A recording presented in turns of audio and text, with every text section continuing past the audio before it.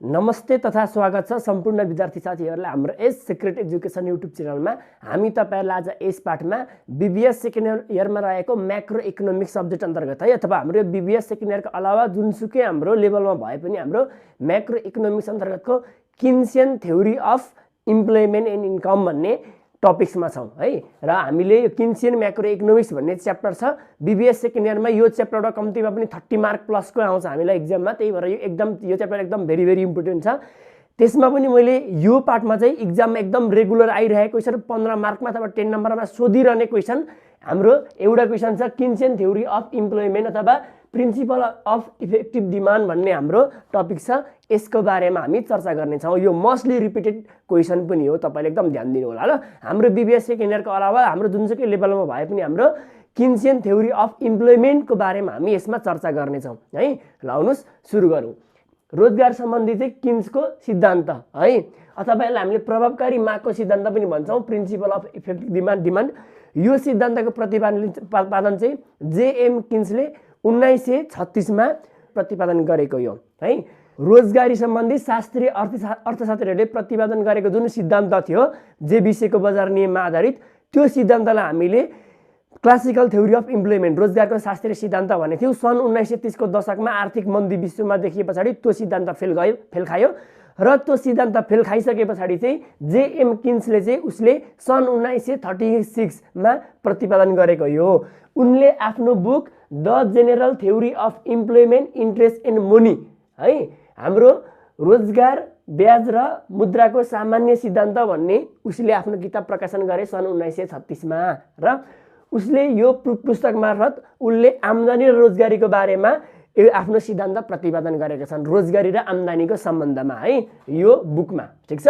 र जेएम किन्सका अनुसार उनले के भनेका छन् भनेपछि यो चाहिँ हामीले के पढेको इम्प्लोइमेन्ट रोजगारीको बारेमा चाहिँ किन्सियन थ्योरी, किन्सले चाहिँ रोजगारीमा के सिद्धान्त दिएको छन् भन्न खोजेको, रोजगारको सम्बन्धमा किन्सियनको अवधारणा पढेको हामीले यो, अथवा यसलाई हामी के पनि भन्छौं इफेक्टिभ डिमान्डको चाहिँ सिद्धान्त पनि भन्छौं, ठीक छ। अब रोजगार भनेको के हो, रोजगार कसरी निर्धारण हुन्छ अथवा इफेक्टिभ डिमान्ड र रोजगारको के सम्बन्ध छ भन्ने सम्बन्धमा किन्सले के भनेका छन् भने उसको मुख्य सिद्धान्त भनेको यो हो है। किन्सका अनुसार प्रभावकारी माग अथवा इफेक्टिभ डिमान्डको कमीको कारणले गर्दाखेरि बेरोजगारी समस्या उत्पन्न हुन्छ र प्रभावकारी मागमा इफेक्टिभ डिमान्डमा वृद्धि गरेर मात्रै बेरोजगारी समस्या समाधान गर्न सकिन्छ, ठीक छ। Declining in effective demand leads to unemployment, जडी यसमा प्रभावकारी मागको कमी भयो भने बेरोजगारी समस्या सिर्जना हुन्छ रे, र इफेक्टिभ मागमा इफेक्टिभ डिमान्डमा चाहिँ हामीले वृद्धि गरेर त्यसलाई इन्क्रिजिङ गर्यो भने बेरोजगारी समस्या समाधान गरेर रोजगारी सिर्जना गर्न सकिन्छ, उसको सिद्धान्त यो हो। र अब पहिला इफेक्टिभ डिमान्ड भनेको के हो त यसको बारेमा बुझ्न आवश्यक छ हामीले। प्रभावकारी माग अथवा इफेक्टिभ डिमान्ड भनेको त्यस्तो बिन्दु हो जसमा कुल माग एग्रिगेट डिमान्ड र कुल पूर्ति एग्रिगेट सप्लाई बराबरी हुन्छ। जडी कुल माग र अर्थतन्त्र भित्र भएको कुल माग र कुल पूर्ति बराबर हुने बिन्दु, बराबर हुने पोइन्ट चाहिँ हाम्रो इफेक्टिभ डिमान्ड हो, प्रभावकारी माग हो, ठीक छ। अब कुल माग भनेको के हो भन्दाखेरि समग्र अर्थतन्त्र भरिको डिमान्डलाई कुल माग भनिन्छ, समग्र अर्थतन्त्र भरिको सप्लाईलाई कुल सप्लाई भनिन्छ, यो तपाईले बुझ्नुहुन्छ, ठीक छ। जडी इफेक्टिभ डिमान्ड भनेको चाहिँ हाम्रो के रहेछ, कुल माग र कुल पूर्ति बराबरी हुने बिन्दु रहेछ हो।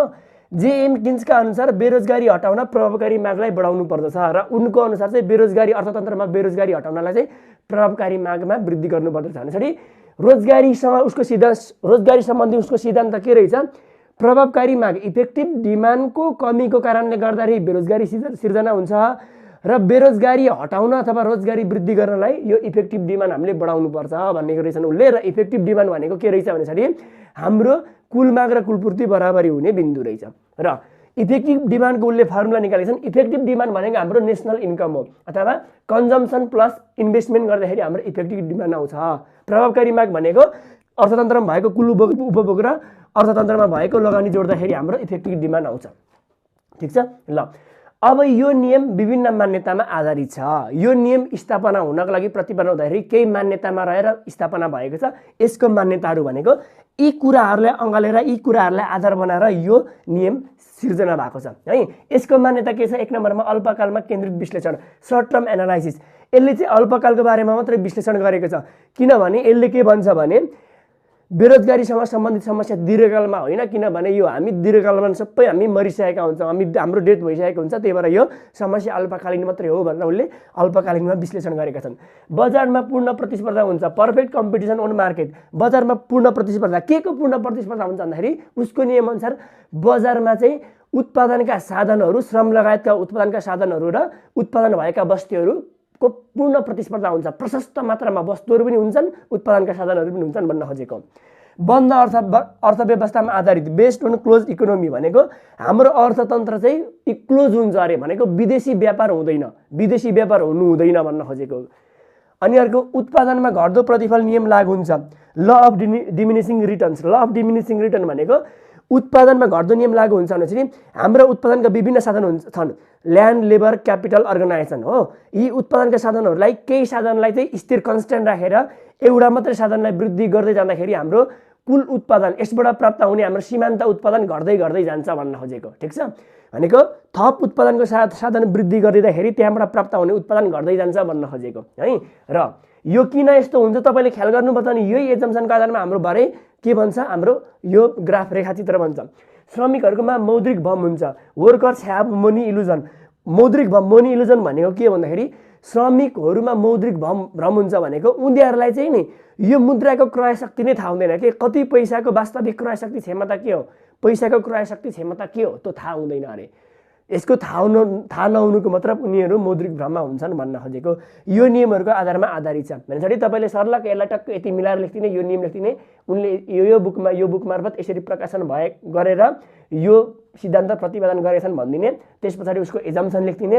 एजम्सन लेखिसके पछाडि अब हामी के गर्छौँ, यसको रेखाचित्रमा जान्छौँ। अब त्योभन्दा मुनि हामीले के भनेको छौँ, यसको हाम्रो रोजगारी चाहिँ कसरी निर्धारण हुन्छ त होइन, अर्थतन्त्रमा रोजगारी स्तर कसरी निर्धारण हुन्छ त्योतर्फ जाउँ है। योभन्दा पछाडि तपाईँले लेखिदिनुहोस्, अथवा यो हेडिङ लेख्नुभयो भने लेख्नु भएन, अथवा प्याराग्राफ चेन्ज गरिदिनुहोस्।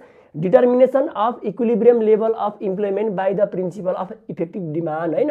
हाम्रो प्रभावकारी मागको सिद्धान्त अनुसार हाम्रो अर्थतन्त्रमा रोजगारीको स्तर सन्तुलन, रोजगारी सन्तुलन कसरी निर्धारण गरिन्छौँ त्यो निर्धारण गर्ने। अब रोजगारी कसरी सन्तुलन हुन्छ त, अथवा मानिदिउँ यसलाई determination of equilibrium of employment by the principle अथवा theory of Keynesian theory use गरेर भन्दा पनि भयो, इफेक्टिभ डिमान्ड युज गरेर पनि भयो। इफेक्टिभ डिमान्ड अनुसार चाहिँ हाम्रो अर्थतन्त्रमा रोजगारीको स्तर कसरी निर्धारण हुँदो रहेछ, किन्सको अनुसार रोजगारी कसरी निर्धारण हुँदो रहेछ यो हेरौँ यहाँ है। अर्थतन्त्रमा रोजगारीको स्तर निर्धारण गर्नको लागि हामीले दुईवटा कुराको बारेमा जान्नुपर्छ। एउटा एग्रिगेट डिमान्ड फङ्सन कुल माग फलन र अर्को एग्रिगेट सप्लाई फङ्सन कुल पूर्ति फलन। कुल माग भनेको त तपाईँलाई थाहा छ, अर्थतन्त्रमा भएको टोटल माग। कुल पूर्ति भनेको विभिन्न रोजगारी स्तरमा अर्थतन्त्रमा हुने कुल पूर्ति है।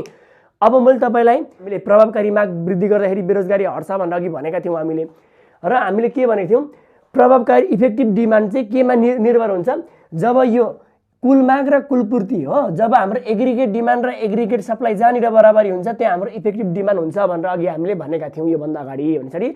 अब एग्रिगेट डिमान्ड भनेको के हो भन्दाखेरि, एग्रिगेट डिमान्ड भनेको विभिन्न रोजगारीको स्तरमा अथवा विभिन्न रोजगारीको स्तर अनुसार विभिन्न रोजगारीको स्तरमा हाम्रो अर्थतन्त्रमा अथवा कुनै पनि व्यावसायिक फर्मले उत्पादन गरेर जुन वस्तु बिक्री गर्छ त्यो बिक्री हुने वस्तुबाट एक्सपेक्ट गरेको, अपेक्षा गरेको मूल्य हो, अपेक्षा गरेको आम्दानीको मूल्य हो। ठिक छ, विभिन्न रोजगारी स्तरमा वस्तु उत्पादन गर्छ अथवा विभिन्न रोजगारी स्तरमा विभिन्न रोजगारहरू प्रयोग गरेर सेवा प्रदान गरेको हुन्छ।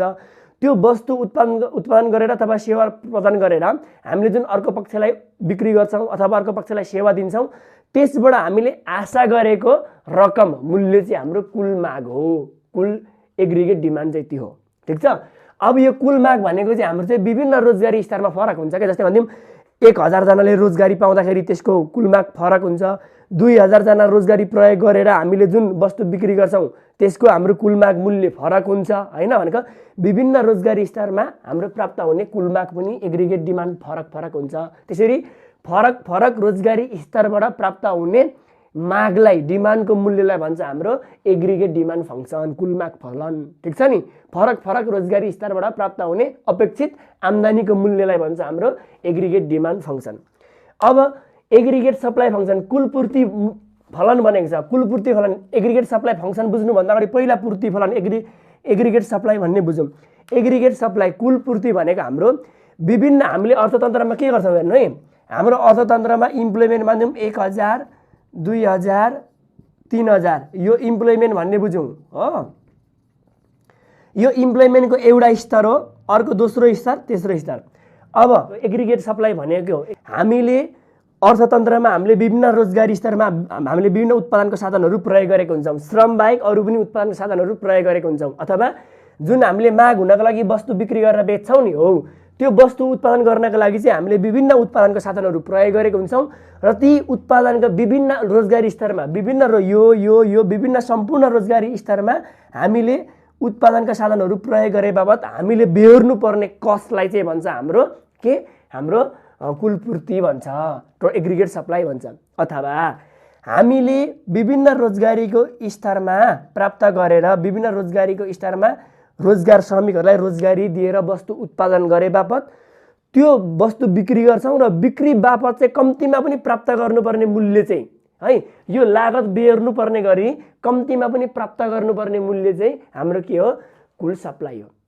कुल सप्लाई भनेको हाम्रो भनेको कुलपूर्ति भनेको यसमा लागेको विभिन्न रोजगारी स्तरमा लागेको सप्लाई, विभिन्न रोजगारी स्तरमा रोजगारी प्रदान गरे बापत त्यसमा हामीले बेहोरेको कस्ट भन्दा पनि भयो, अथवा त्यसलाई हामीले यहाँबाट उत्पादन गरेर वस्तु बिक्री गर्छौँ, त्यहाँबाट वस्तु बिक्री गर्दाखेरि कम्तीमा पनि लागत बेहोर्ने गरी चाहिँ हामीले आम्दानी प्राप्त गर्नुपर्छ क्या, र कम्तीमा पनि प्राप्त गर्नुपर्ने मूल्य, त्यो बिक्रीबाट प्राप्त गर्नुपर्ने कम्तीमा पनि प्राप्त गर्नुपर्ने मूल्य चाहिँ हाम्रो कुल सप्लाई हो भनेको। कम्तीमा पनि प्राप्त गर्नुपर्ने मूल्य भनेको लागत बेहोर्ने गरी प्राप्त गर्नुपर्ने मूल्य हो।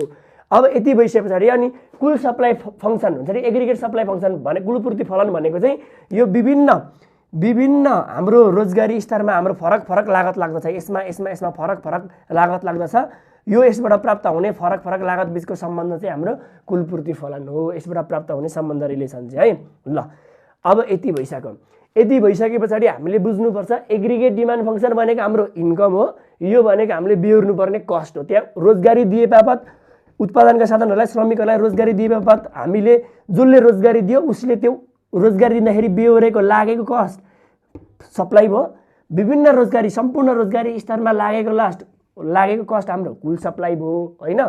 र हामीले त्यो अब रोजगारी स्तरमा रोजगारी दिएर जुन वस्तु उत्पादन गर्छौँ, वस्तु उत्पादन गरे पछाडि हामीले नाफा राखेर जुन हामी बिक्री गर्छौँ नि हो, त्यो बिक्री भइसके पछाडि बिक्रीबाट हामीले एक्सपेक्ट गरेको आम्दानीको मूल्य रकम चाहिँ हाम्रो डिमान्ड हो, एग्रिगेट डिमान्ड भयो। यसरी बुझ्ने ल, यो भने चाहिँ हाम्रो रेभिन्यू भयो, यो भनेको हाम्रो कस्ट भयो, ठिक छ। ल यदि भइसके पछाडि अब यो दुईटाको बिचमा हामीले यो दुईटाको डिफिनेसन लेखिसके पछाडि यो दुईटालाई प्रयोग गरेर हामीले यसको फिगर बनाउँछौँ है त। ल फिगर बनाउनुहोस्, फलोइङ फिगरबाट चाहिँ प्रेजेन्ट गर्न सकिन्छ भनेर तपाईँले लेख्नुहोस्। अनि यहाँ लेख्नुहोस् यतापट्टि इम्प्लोइ, यतापट्टि हाम्रो कस्ट एन्ड रेभिन्यू, कस्ट र रेभिन्यू राख्ने, ठिक छ। अब हाम्रो यहाँ उत्पादनमा घट्दो प्रतिफल डिमिनिसिङ रिटर्न लागू हुने भएकोले हाम्रो एग्रिगेट डिमान्ड भनेको एग्रिगेट डिमान्ड कुल माग भनेको यसरी आएको हुन्छ, बढ्दै जान्छ, यता उत्पादन बढ्दै जाँदा बढ्दै आउँछ तर घट्दो दरमा बढ्छ। यो y यहाँ 0, यो x एक्सिस है, यता बढ्दै जाने र फेरि अब कुलपूर्ति फलन चाहिँ हाम्रो यसरी आउँछ यहाँबाट, अनि हाम्रो यसरी बढ्दै जान्छ। यो घट्दो दरमा बढ्छ, यो बढ्दो दरमा बढ्दिन्छ। यसमा चाहिँ हाम्रो रोजगारी स्तर र रोजगारी स्तरलाई प्रभाव पार्ने मौद्रिक साधनहरू मौद्रिक मूल्यबीच धनात्मक पोजिटिभ रिलेसन भएकोले यसरी बढ्दो दरमा बढ्छ हाम्रो एग्रिगेट सप्लाई हो, ठिक छ। अनि हामीले अगाडि के भनेको थियौँ, अगाडि तपाईँले नोट बनाउनु भएको होला, अगाडि हेर्नुहोस् हामीले किन्सको अनुसार उसको नियमले के भनेको थियो, कुल माग र कुल एग्रिगेट डिमान्ड इफेक्टिभ डिमान्ड भनेको के हो, प्रभावकारी माग भनेको के हो भन्दाखेरि जहाँनिर कुल माग र कुलपूर्ति बराबरी हुन्छ, कुल माग र कुलपूर्ति बराबरी हुने ठाउँमा हाम्रो प्रभावकारी इफेक्टिभ डिमान्ड हो। प्रभावकारी माग भनेको चाहिँ यो इक्विलिब्रियम पोइन्ट हो, कुल माग र कुलपूर्ति जहाँ बराबरी भयो, यो भनेको हाम्रो यहाँनिर के भन्छ, यसलाई इफेक्टिभ डिमान्ड भन्छ। इफेक्टिभ डिमान्ड प्रभावकारी माग भनेको यो है। ल प्रभावकारी मागमा मागमा चाहिँ हाम्रो के हुन्छ, रोजगारीको स्तर निर्धारण हुन्छ भनेको थियो नि। यो प्रभावकारी मागमा हाम्रो यहाँ जुन हाम्रो रोजगारी इम्प्लोइ कति यति माग हुँदाखेरि हाम्रो माग र पूर्ति, कुल माग र कुल पूर्ति यहाँ मिल्यो, त्यसलाई भनिन्छ इफेक्टिभ डिमान्ड। र यो इफेक्टिभ डिमान्डको हाम्रो बिन्दुमा जति रोजगारी दिएको हुन्छौँ, यान बराबरीको हाम्रो इम्प्लोइमेन्टलाई रोजगारी दिएको हुन्छौँ, यो भनेको सन्तुलित रोजगारी स्तर भयो। र यति सन्तुलित रोजगारी स्तरमा हाम्रो कस्ट एन्ड रेभिन्यूमा आर राखिदिए ल, किनभने एग्रिगेट डिमान्ड फङ्सन कुल माग प्रभावकारी माग भनेको हाम्रो ल, यो भनेको हाम्रो आर मान्थे, यसलाई आर मात्रै मानिदिउँ रेभिन्यू है। यता कस्ट र रेभिन्यू भनेको इफेक्टिभ डिमान्ड भनेको हाम्रो रेभिन्यू हो, किनभने मैले इफेक्टिभ डिमान्ड भनेको अघि मैले नेसनल इन्कम भनेको थिएँ नि त हो, यो इफेक्टिभ डिमान्ड भनेको हाम्रो नेसनल इन्कम हो, त्यही भएर मैले रेभिन्यू आर लेखिदिएँ। ठिक छ ल, यहाँ भयो। अब अर्को कुरा हामीलाई यदि हेर्नुहोस् है, यो भनेको हाम्रो एग्रिगेट डिमान्ड भनेको हाम्रो इन्कम भयो, यो भनेको हाम्रो इन्कम, यो इन्कम र एक्सपेन्सेस चाहिँ छुटाउनु पर्दैन, यो भनेको कस्ट हो, यो कस्ट हो है। अब हेर्नुहोस् किन्सको अनुसार चाहिँ यहाँ यो एग्रिगेट डिमान्ड र सप्लाई बराबरी भएकोमा हाम्रो रोजगारी स्तर निर्धारण हुन्छ। यदि हाम्रो मानिदिउँ, सपोज मानिदिउँ योभन्दा अगाडि नै रोजगारी स्तर निर्धारण, सपोज यहाँ रोजगारी स्तर निर्धारण भयो भने यसलाई मैले यान 1 माने, यहाँ रोजगारी स्तर निर्धारण भयो भने हाम्रो यहाँ के हुन्छ, यो भनेको हाम्रो सप्लाई भनेको कस्ट कम छ, अनि फेरि हाम्रो यो भनेको यहाँ यो के हो, यो भनेको हाम्रो एग्रिगेट डिमान्ड भनेको रेभिन्यू, यो रेभिन्यू, यसलाई मैले R2 मानिदिएँ, यसलाई म यहाँनिर R3 मानिदिएँ है। यहाँ ध्यान दिनुहोस्।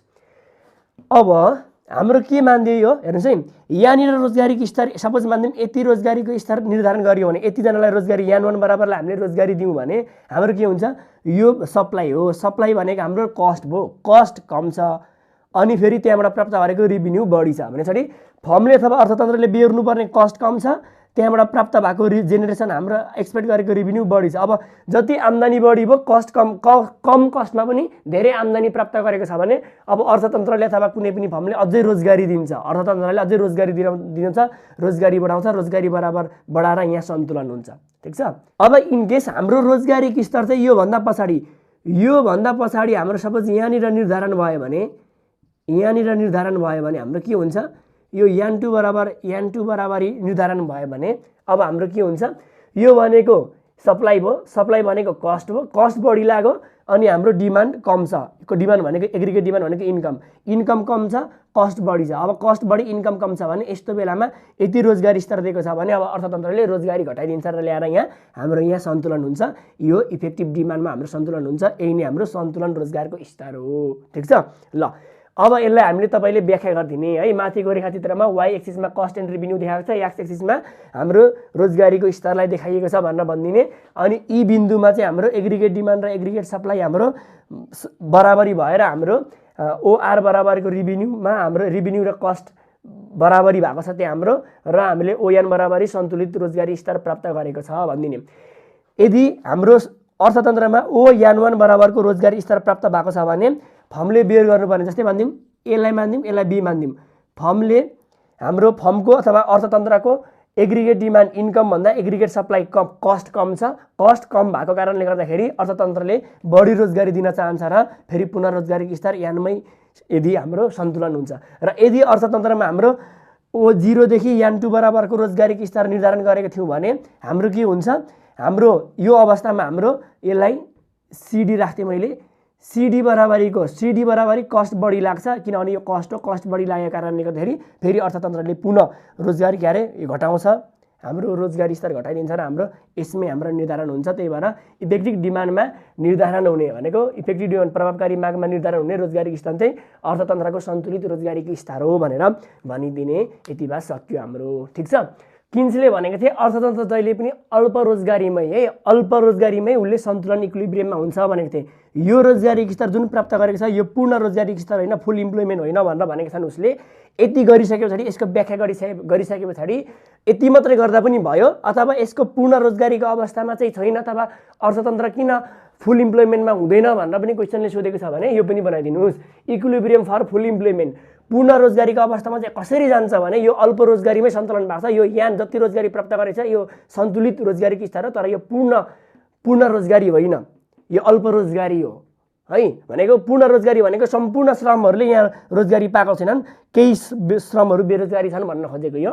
अब यसलाई चाहिँ हाम्रो पूर्ण रोजगारीको सन्तुलनमा लान कसरी भनेको छन् भने उसले भनेको थियो, अघि हामीले लेखेको नियममा के भनेको थियो भन्दाखेरि यदि अर्थतन्त्रमा बेरोजगारी सिर्जना भएको छ भने प्रभावकारी माग इफेक्टिभ डिमान्डमा वृद्धि गरेर इफेक्टिभ डिमान्डलाई बढाएर रोजगारी सिर्जना गर्न सकिन्छ भनेको थियो किन्सले हो।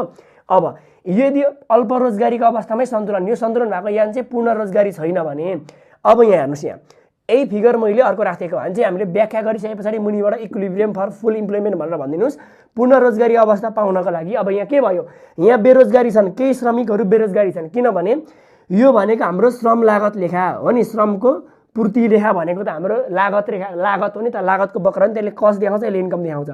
आम्दानी थोरै छ, हेर्नुहोस् है, उत्पादनको साधनहरूलाई रोजगारी दिँदाखेरि प्राप्त भएको आम्दानी कम छ, तर यहाँबाट लागत चाहिँ माथिसम्म गएको छ, लागत बढी छ। यान टूसम्ममा हाम्रो के छ, लागत बढी छ, ती श्रमिकहरूलाई वहन गर्नु परेको लागत बढी छ, तर त्यहाँबाट प्राप्त गरेको आम्दानी कम छ। आम्दानी कम छ भनेपछि यहाँसम्मको त लागत त हाम्रो त के भएको छ, बेहोरेको छन्, आम्दानी यति मात्रै प्राप्त भएको छ, अनि आएर अर्थतन्त्र यहाँ सन्तुलन भएको छ, यतिमा हाम्रो लागत बढी भयो भनेर, अनि यहाँ डिमान्ड र सप्लाई बराबरी भएको ठाउँमा यहाँ सन्तुलन भएको छ। अनि अब हाम्रो यो यान 1 र यान 2 बराबरका श्रमिकहरू बेरोजगारी छन्, किनभने यहाँसम्मको श्रमिक प्रयोग भयो, तर यहाँलाई मात्रै हामीले सन्तुलनमा भयो, रोजगारी यहाँसम्म मात्रै दियो, लागत लाग्दाखेरि यहाँ बढी लाग्छ भनेर उसले आएर यहाँ आएर सन्तुलन भयो। झरी यानदेखि यान 2 सम्मका श्रमिकहरू बेरोजगारी छन्। अब बेरोजगारी छन् भने अब यिनीहरूलाई हामीले रोजगारी दिनुपर्छ। किन, यसले के भनेको थियो, यो रेखा हेर्नुहोस्, यहाँ ए र बीमा हेर्नुहोस्, यो कस्ट लागत, यो आम्दानी, लागतभन्दा आम्दानी बढी छ, अब यहाँबाट रोजगारी थपेर यहाँसम्म ल्यायो हो, यो यहाँसम्म। अनि फेरि यहाँ चाहिँ हाम्रो के भयो, लागत बढी छ, आम्दानी कम छ, लागत इन्कमभन्दा कस्ट बढी भयो भने रोजगारी घटाइन्छ, रोजगारी कटौती गरिन्छ। अब यतिबाट उसले रोजगारी कटौती गरेर यहाँ आएर सन्तुलन भयो, यतिलाई मात्रै रोजगारी दियो। तर हाम्रो अर्थतन्त्रमा श्रम साधन यान 2 बराबरी श्रम साधन छन् भने पछाडि यानदेखि यान 2 सम्मको मान्छे बेरोजगारी छन्, उसले श्रम कटौती गरेको छ। झरी अब यसलाई रोजगारी दिने, रोजगारी दिनलाई उसले के भनेको छ भन्दाखेरि हामीले प्रभावकारी माग इफेक्टिभ डिमान्डलाई बढायो भने रोजगारी सिर्जना हुन्छ भनेको छन् किन्सले। अब इफेक्टिभ डिमान्ड बढाइदिने, एग्रिगेट डिमान्ड सुरुमा यो थियो, अब इफेक्टिभ डिमान्ड बढाउँदाखेरि हाम्रो यो आउँदाखेरि यताबाट लेफ्ट साइडपट्टि आउँछ, अनि यहाँनिर ठोकिन्छ। ल यसलाई हाम्रो AD1 बनाइदिने, इफेक्टिभ डिमान्ड बढाइदियौँ हामीले, अनि यहाँ सन्तुलन भयो, एएस र एडी बराबरी भयो, अनि यहाँ आएर यसलाई मैले R1 छैन R1 भनिदिएँ, लु अनि यान 2 बराबरी भयो। यो यान 2 बराबरी चाहिँ पूर्ण रोजगारीको स्तर हो, पूर्ण रोजगारी यान 2 बराबरले पाए अब चाहिँ, ठिक छ। यो सन्तुलन भएको थियो अल्प रोजगारीमा सन्तुलन भयो, यो यहाँ यति भयो। अब यहाँ यतिमा जुन हाम्रो इफेक्टिभ डिमान्ड र एग्रिगेट डिमान्ड र एग्रिगेट सप्लाई जहाँनिर बराबरी हुन्छ, यो प्राप्त भएको यहाँ भनेको सन्तुलन अल्प रोजगार हो, किनभने यान 1 यान 2 बराबरका मान्छे बेरोजगार भएको छन्, श्रम कटौती गरेको छ, यहाँबाट झारेर यहाँसम्म आएर सन्तुलन भएको छ। अनि यसले हामीले पूर्ण जति हाम्रो इम्प्लोइहरू छन् उनीहरूलाई सबैलाई रोजगारी दिनको लागि हाम्रो प्रभावकारी मागमा बढाइयो, प्रभावकारी माग बढाइसकेपछि एडी र एएस यहाँ बराबरी इक्विलिब्रियम भयो, अनि यति रिभेन्यूमा हाम्रो यतिमा हाम्रो सन्तुलन भयो। यसरी हाम्रो बेरोजगारीलाई हामीले के अरे बेरोजगारी घट्यो भने हाम्रो त्यहाँ अर्थतन्त्रमा बेरोजगारी छन् भने एग्रिगेट डिमान्ड कुल मागमा वृद्धि गरेर हामीले बढाउन सकिन्छ भनेर भनिदिने, ठिक छ। किन्सेन थ्योरी सक्यो, यति मात्रै हो। यो मोस्टली एकदम रिपिटेड भएको क्वेसन हो, तपाईँले ध्यान दिनु होला। अब तपाईँलाई यसको क्रिटिसिजम पनि लेख्नु भन्न सक्छ, यसको आलोचना पनि लेख्नु भन्न सक्छ है, भिडियो एकदम लामो भइसक्यो, त्यसको आलोचनालाई सर्टमा हामीले व्याख्या गरिदिउँ। यसको आलोचना भनेको यसको सिद्धान्तमा भएको कमी कमजोरीहरू। ल किन्सको रोजगारी सम्बन्धीको जुन उसले नियम प्रतिपादन गरेको थिए, इफेक्टिभ प्रिन्सिपल अफ इफेक्टिभ डिमान्डको हाम्रो नियम जुन, त्यसको पनि हाम्रो आलोचना भयो, ठिक छ। यसको आलोचना हाम्रो विभिन्न अर्थशास्त्रीहरूले गरेका छन्। यसको मतलब यो नियमले पनि पूर्ण व्यावहारिक समस्या समाधान गर्न सकेन भनेर यसका विभिन्न अर्थशास्त्रीले आलोचना गरेछन्। त्यसको आलोचनाहरू निम्न छन् है। 1 नम्बर भन्छ इन्कम्प्लिट थ्योरी अपूर्ण सिद्धान्त भनेको छ है। के भनेको छ भने यसले अब हाम्रो यसको मुख्य लले चाहिँ के भनेको छ भने यसको मुख्य सिद्धान्तले चाहिँ सबैभन्दा बढी हाम्रो साइक्लिकल अनइम्प्लोइमेन्टलाई, चक्रीय बेरोजगारीलाई यसले बढी फोकस गरेको छ। तर यसले अन्य बेरोजगारी हुन्छ नि, जस्तै सङ्घर्षशील बेरोजगारी अस्ति हामीले पढेका थियौँ योभन्दा अगाडि इम्प्लोइमेन्टको डिफिनेसनमा होइन। त्यसै गरी हाम्रो अब लुकेको बेरोजगारी, त्यसै गरी हाम्रो अरू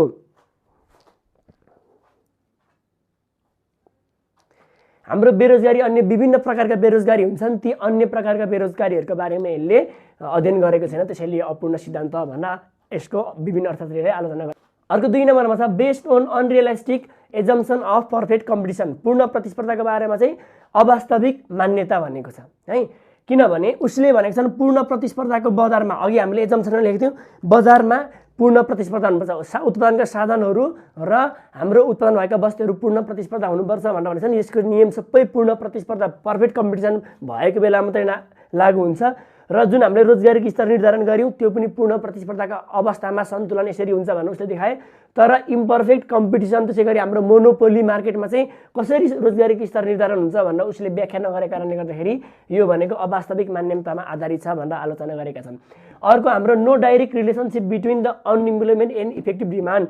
अब उसले चाहिँ के भनेको छन् भने प्रभावकारी मागको कमीले गर्दाखेरि बेरोजगारी आउँछ भनेका छन्, तर यो चाहिँ हाम्रो प्रभावकारी माग र बेरोजगारी बिचमा डाइरेक्ट सम्बन्ध छैन भनेर अर्थशास्त्रीहरूले आलोचना गरेका छन्। किनभने बेरोजगारी हुनको लागि विभिन्न जस्तै अब मूल्य स्तर भयो, रोजगारीको मूल्य स्तर भयो होइन, ज्यालादर भयो, त्यसै गरी भनेको इन्फ्लेसन रेट डिफ्लेसन रेटहरूले पनि प्रभाव पार्छ भनेर अर्थशास्त्रीहरूले यसलाई आलोचना गरेका छन् है। सर्ट रन एनालाइसिस, अब झन् उसले त के भनेका छन् भने यो त पूर्ण रूपमा अल्पकालीन समय अवधिको लागि मात्रै आधारित छ। किन्सले भनेका छन् दीर्घकालीनमा हामी सबै दिवंगत भइसकेका हुन्छौँ, हामी सबै डेथ भइसकेको हुन्छ हाम्रो भनेर उसले अल्पकालीन मात्रै समस्या हो भनेर अल्पकालीन विश्लेषण मात्रै गरेका छन् यो। तर एउटा कुना भने एउटा देशको अर्थतन्त्र त गतिशील हुन्छ नि त, दीर्घकालसम्म चलेको हुन्छ नि त अर्थतन्त्र त, तर त्यो दीर्घकालीन गतिशील डाइनामिक इकोनोमीको बारेमा उसले चर्चा गर्न सकेका छैनन्, त्यसैले यो आलोचना भयो। अर्को एजम्पसन अफ क्लोज इकोनोमिक, बन्द अर्थतन्त्रमा आधारित भयो, यो सबैभन्दा ठुलो उसको गल्ती भयो। किनभने बन्द अर्थतन्त्र भनेको विदेशी व्यापार बिनाको अर्थतन्त्र भनेको कुनै पनि संसारमा अहिले विश्वव्यापीकरणले गर्दाखेरि कुनै पनि देशमा वैदेशिक व्यापार हाम्रो विदेशी लगानीहरू नभइकन हाम्रो राष्ट्र कुनै पनि इकोनोमी चलेको हुँदैन। त्यसले अहिलेको युगमा यो क्लोज इकोनोमी हुनु भनेको हाम्रै यही मान्यता नै गलत छ भनेर विभिन्न अर्थशास्त्रीले यसको अलावा विभिन्न पोइन्टमा पनि आलोचना गरेका छन् है। यति भयो यो, तपाईँलाई 15 मार्कमा आयो भने आलोचना क्रिटिसिजम सहित सोध्छ, तपाईँले पोइन्ट लेखेर यसको पनि व्याख्या थोरै थोरै गरिदिनु पर्ने हुन्छ, एकदम ध्यान दिनु होला।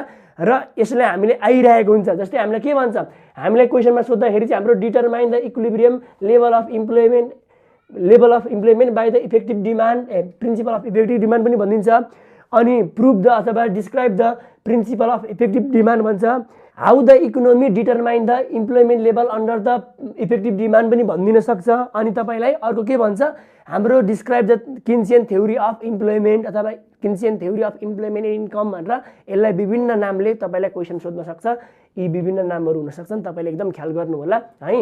ल यति हो यसको बारेमा। तपाईँलाई यो भिडियो कस्तो लाग्यो हामीलाई प्रतिक्रिया दिनु होला र आगामी दिनमा हामी अझै कुनै कमी कमजोरी छ भने हामीलाई सजेस्ट गरिदिनु होला, हामी अझै सुधारेर अरू भिडियोहरू पनि लिएर आउनेछौँ र हामी थ्योरिटिकल पनि हामी इकोनोमिक्सको कन्टिन्यू लिएर जानेछौँ। हाम्रो न्युमेरिकल पनि आइसक्न आँटेको छन्, बाँकी भएको सबै भिडियोजहरू प्लेलिस्टमा गएर हेर्नु होला, मैले सब्जेक्ट वाइजको प्लेलिस्ट बनाइदिएको छु भन्दै म यसबाटबाट बिताउन चाहन्छु। हस्त नमस्ते।